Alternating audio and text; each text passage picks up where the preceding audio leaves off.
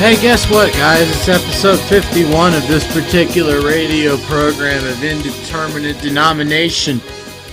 And this week, we're gonna talk about Bal-Sagoth, because I saw over on the old deathmetal.org day, you got this Nicholas Vadias guy who usually writes pretty good articles, but he did a review of the first Bal-Sagoth album back on December 9th that I find myself fundamentally disagreeing with.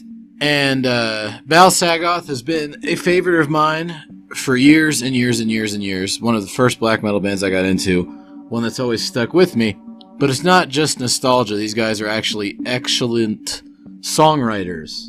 And I'm going to prove that to you over the course of this program, hopefully. So, for all you Bal-Sagoth haters out there, I know there's a lot of you, the primary focal point of Mr. Vadias' article on Bal-Sagoth is that he says, you know, they do some interesting music, but they suffer from a lack of compositional coherence because they're trying to blend together a lot of old thrash metal, New York style death metal like Suffocation shit, and black metal, and it doesn't always work. And whenever it stops so that Lord Byron, the vocalist, can continue the story, because, well, it's not really a concept album, it's more like there's each song on the album is part of a story, and then that story is continued on the next album. So it's more like each album is a short story collection that continues over the course of multiple albums. But he says, this Nicholas guy says that the music gets bogged down in that storytelling and turns into what is essentially structurally protest rock music that's more concerned with getting out the message than with actually doing anything of compositional substance. Nay, nay, I say. So Bal-Sagoth are one of the original English black metal bands way back when. We're talking like 93. Their first album comes out 95, and it stands out from the pack because of that whole kind of narration type stuff, the high-minded fantasy and Lovecraftian horror and Robert E. Howard sword and sorcery fiction type shit going on. And the first few notes you hear after the obligatory spooky intro, you get a fuck ton of ye old early 90s black metal. So some very decrepit and necro sounding stuff right here before we get into their trademark keyboards. Wow, it's like I've listened to this album for over a decade or something. Jesus, probably closer to 15 years, fuck. But then there's also death metal. In a minute. Fuck. I was being all cool with the transitions there and I screwed that one up. God damn it. But yeah, there's black metal. Right very seamlessly into some suffocation-y riffs. And the vocals.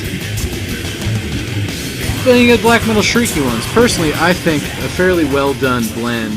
Certainly nothing out of the ordinary as far as 1995 goes, but as this album forges onward, we get a sense for their unique mode of composition. So I would pinpoint the particular timestamp for when this album switches from being kind of death metal and black metal into becoming sort of its own genre, to the point where if you were to attempt to record something else in whatever niche Bal-Sagoth have carved out for themselves, you would just sound like a Bal-Sagoth ripoff. They're sort of like summoning in that respect. Like they've got their own sound to the point where it's their own genre. But in the middle of the second track is where we hit some really interesting stuff. So remember the melody you're hearing right now. It'll be important later, because they're going to do something with it, I promise. And now we're into some very doomy stuff with the keyboards dancing around it. Apparently, one of the favorite bands of the guys in Bal-Sagoth, according to several interviews I've read, is Bathory, and you can definitely hear it during that last part. Now here's the narration. It's not as bombastic as it would be on later releases. But I don't really see the music losing momentum due to it here at all, so I don't know what this guy was talking about. Because it's already a doom metal part. So it's designed so that it's slow and expansive. And it's perfect for him to narrate over without the music losing focus.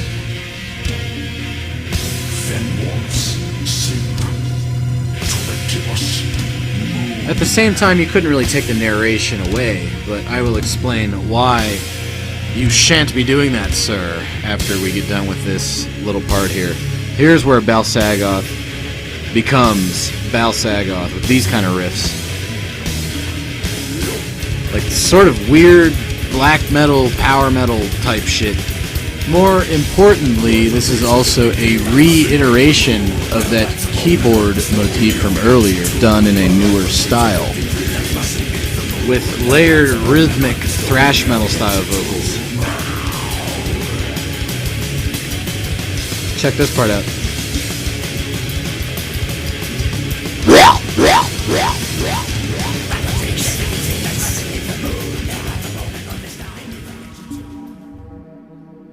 So, I thought all that flowed very well into each other, maybe a little bit more stop-start compared to the mastery of composition they attained later on, but certainly not terribly unfocused. Thought it all fit. But the thing about this, it turns into protest music whenever he starts doing the narration bit. Apparently, Mr. Vadios is unfamiliar with the Germanic opera concept of Singspiel. The most notable example I can think of that would be Mozart's last opera, The Magic Flute. So, sing is singing and spiel is talking. And the whole point of that opera and any other Singspiel opera is that it weaves in narration and music for a simultaneous effect. And in fact, no disrespect to these old dead white guys, but I think Bal-Sagoth does a better job of weaving that in terms of not slowing down the story being told by the music for the purpose of the story being told by the words. For another example of this, we're going to go into a later Bal-Sagoth album, wherein the narration is more fully involved in the music and it occurs in more dramatic bursts timed to changes in guitar riffs. This is A Tale from the Deep Woods. Very majestic opening riff, reminiscent of bands like Satyricon, but they do some interesting kind of counterpoint between guitars and keyboards based around the same melody, with some nice change-ups in it. Some people might think it's a little too happy or circusy, but these people have no zest for life and are essentially dead, hollow husks of things that were once human. The power metal and thrash metal influences are a lot more obvious in their later work.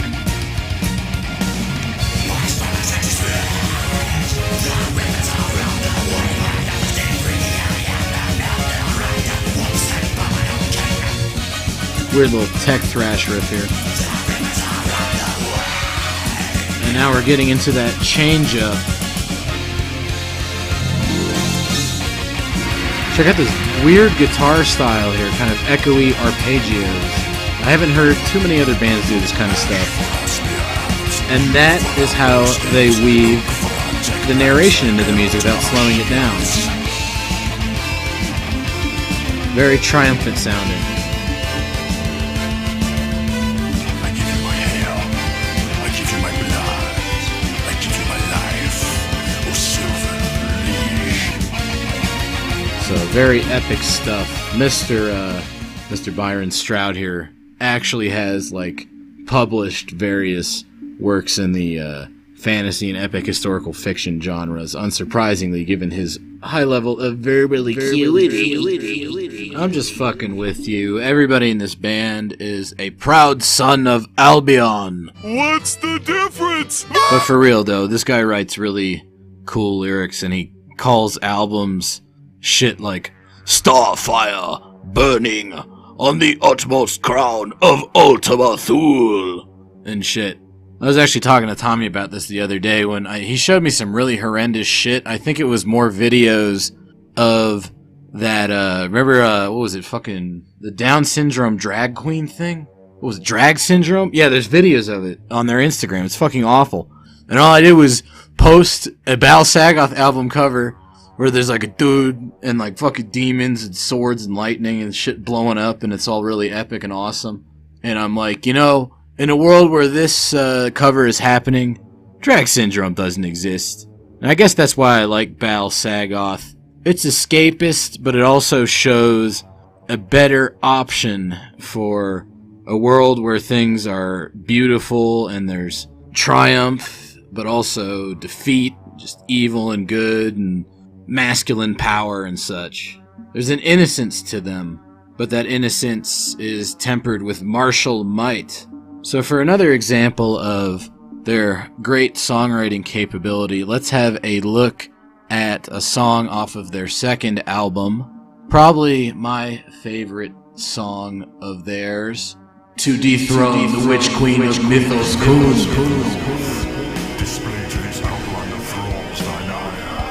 So this is another one that I'm going to have to break up into segments to show you how they screw around with motifs. Specifically, one that'll be starting right about now.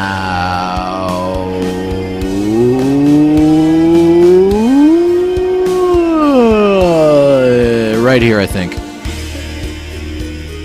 Yeah, remember this harp thing. It's going to be important later. But yeah, the song goes on from the whole brooding gods of the north part into something a bit more energetic. We can think of that initial section as being them kind of lining up for battle and praying to the gods as conveyed through music.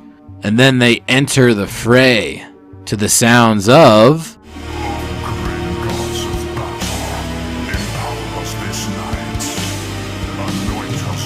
well, doom metal.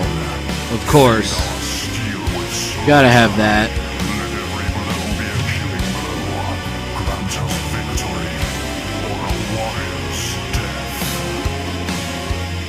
And now battle is joined by spooky synths leading into some thrash metal.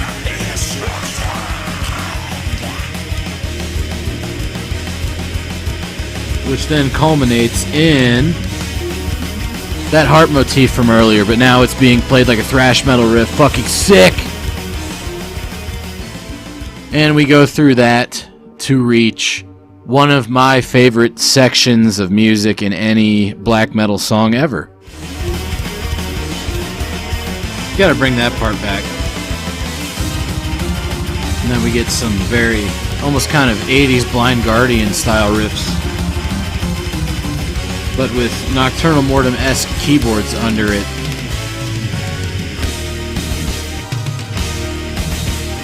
Look how this flows so nicely. Watch this.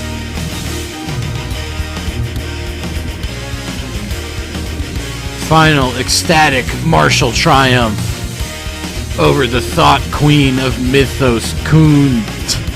You see what I did there? But yeah, those are more of those kind of riffs that you're only going to hear inside of Black Sabbath. Bal-Sagoth song, everybody. Definitely not going to hear a riff like that in a Black Sabbath song. That'd be kind of weird. But yeah, Bal-Sagoth are really great. I would say that first very black metal and death metal album is a cool historical curiosity. Their second and third albums are my absolute favorite of their career. I also like the Power Cosmic a lot. That's the fourth one. But really, all of their albums are great. And on their later ones, they started experimenting with more electronic elements to get some almost Vangelis and Klaus Schulze 70s style shit. Skittery drum machine!